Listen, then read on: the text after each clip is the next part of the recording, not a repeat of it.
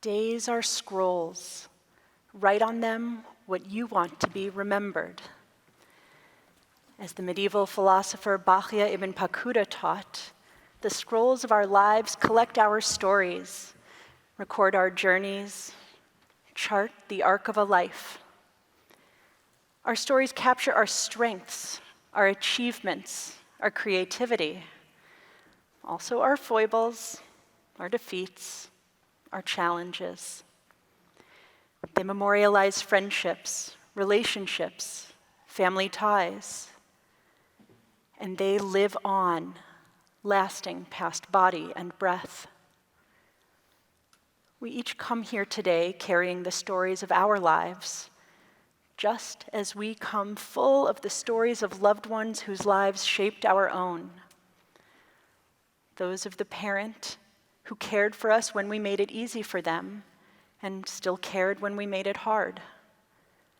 Those of the teacher who continued to check in with us years after they had sent our last report card.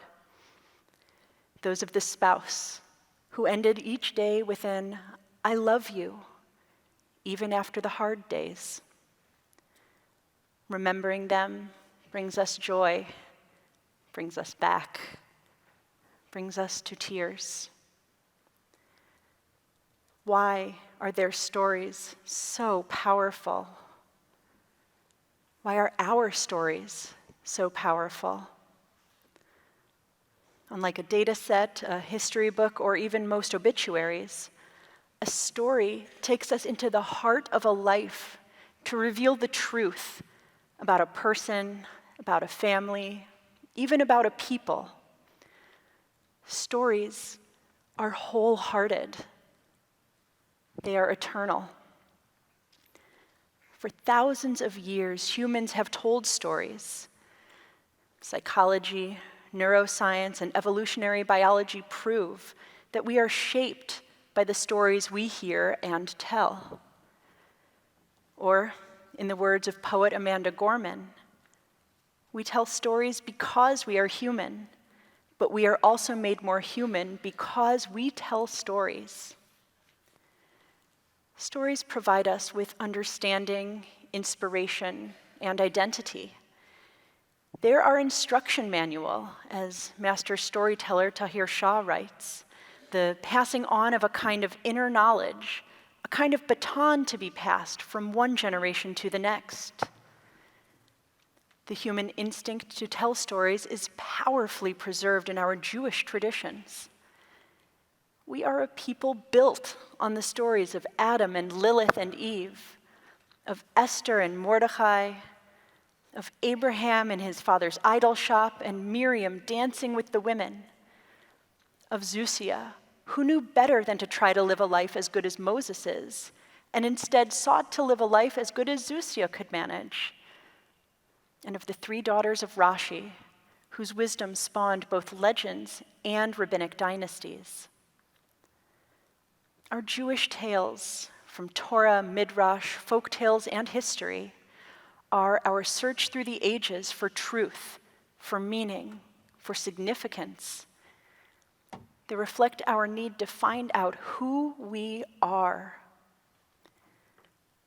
Stories help us make sense of what it means to be Jewish, giving us shared identity, history, purpose, and values. By listening, we deepen our connections not only to the lessons of our texts, but to one another. These stories give us common touchstones, reminding us that we are one people. And we never tell our stories just once. Penina Schramm, the Jewish folklorist, noted that sometimes we have to hear a story many times in order to discover its meaning. We have to live with the story, think about it, dream about it. When we read the same Torah, Megillah, and Haggadah every year, we hear the same words, the same trope. Yet the stories change as we grow wiser with each hearing and as we ourselves change. The memorial service, Yizkor, works much the same way. Each year, We are called to remember our loved ones who are gone, invited to tell their stories one more time, and we are changed in the telling. The year a friend died, we may have called to mind the months or years we went without speaking. But this year, we might also think of the closeness we were able to recapture in their final days.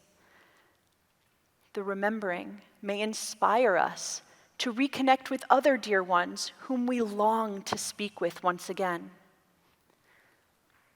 Last year, we may have remembered a sibling's ache to grow up, their annoying insistence in following us around when they were too young to know they weren't wanted. But this year, we might be able to recall more clearly the wisdom they spoke, even in a child's voice. Perhaps that memory will open us to listen more attentively to other young people whose thoughts and opinions we haven't yet heard. When we remember the annoyances and the insights, the hurt and the reconciliation, we acknowledge contradiction. As Jews, we live the example of the Talmud, which famously preserves the perspectives of rabbis whose opinions were rejected by their colleagues. Because as Jews, our duty is to transmit all of our stories. We do not shy away from the contradictions of human experience, nor the complexity of human relationships. This complexity comes in part from each belonging to a family, a community, and a people. We each came into this world unique, like no one who has existed before. But our stories truly began generations before we came into the world. Our stories are our legacies, as we are the legacies of those whose stories we carry. By opening our hearts to them and to their memories, we become a vessel for something larger than ourselves.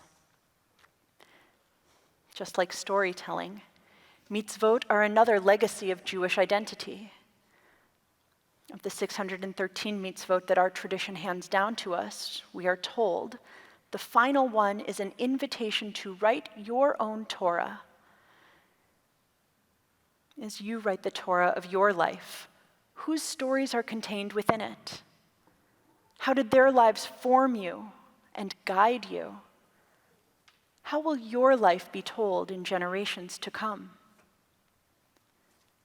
Each of us comes to this day with our own Torah, numbering our days and testifying to our deeds. We also come with hearts full of the stories of those who shaped us, fought with us, pushed us, loved us. As the poet Liesl Müller wrote, we will begin our story with the word "and." We each add our "and," joining our stories to those of our families and of our people. Days are scrolls. Write on them what we want to be remembered from generation to generation.